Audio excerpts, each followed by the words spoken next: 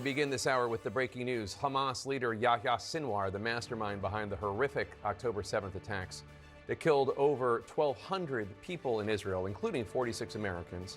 Hamas kidnapping more than 250 people, and as a result brought an IDF counterattack, unleashing pain and suffering and death to his fellow Palestinians. That man, Yahya Sinwar, has been killed. Israel's defense forces say he was killed during a routine military operation near a building in Gaza. The IDF moments ago releasing this remarkable drone video, which they say shows Sinwar's last moments inside a building in Rafah. The video shows Sinwar sitting in a chair, holding an object that Sinwar then throws at the drone.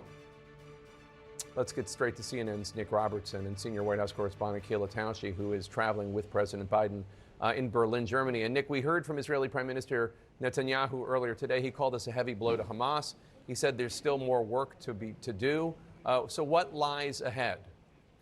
Yeah, and also I think when he said there's more work to do, that was a message to the Israeli people, that there is cause for celebration, but it's not all done yet. And I think there was also a message there as well to the region where he talked about essentially going after this sort of axis, Iran, without saying it in as many words.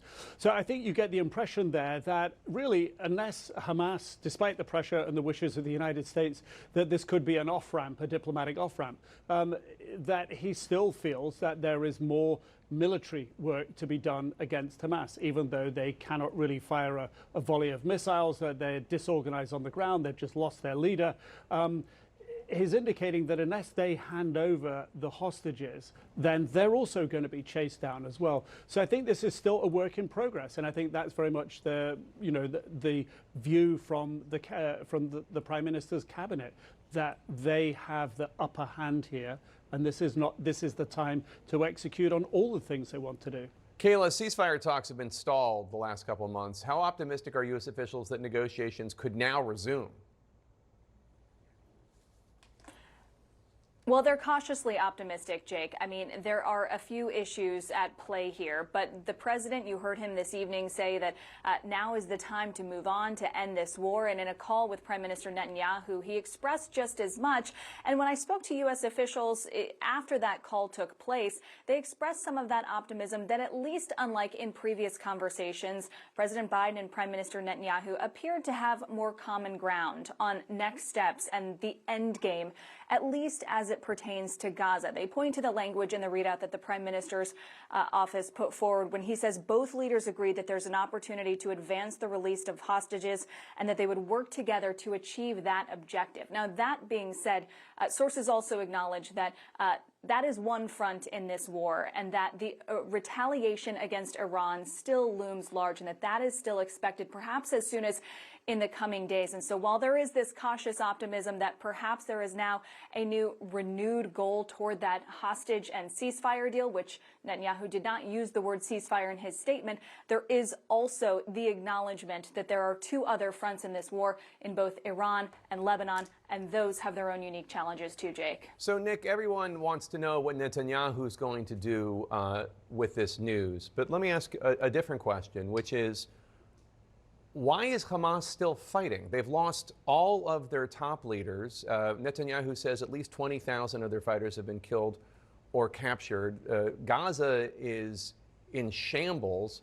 Countless numbers of innocent Palestinians have been killed, wounded, don't have homes to sleep in. Obviously, October 7th it was horrible for Israel, and then even worse for Gaza.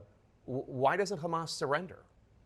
Yeah, I think there's a number of reasons here. I mean, one is clearly this is their raison d'etre. Their raison d'etre is to fight against Israel, even when they're losing, because when they die, they call themselves martyrs, and this is a great thing because they're contributing to that overall challenge of one day unseating Israel from its position in the Middle East. I mean, that's their core belief. But why do they keep fighting? Maybe it's because there's no one at the top telling them not to. This is so sort of hardwired into them. But I think another reason is they will undoubtedly undoubtedly not expect to have any meaningful future unless they can fight their way to a standstill. I mean, fighting is a way of not agreeing terms. They clearly are not weak enough in their own minds yet to agree terms. And I think this is the point that the Prime Minister is trying to make. You know, he may be under pressure from the United States to use this as a moment to force Hamas to agree in those terms. We don't know who the new Hamas leader is going to be. Is he going to be hard? Is he going to be soft? Will he roll over? It's unlikely.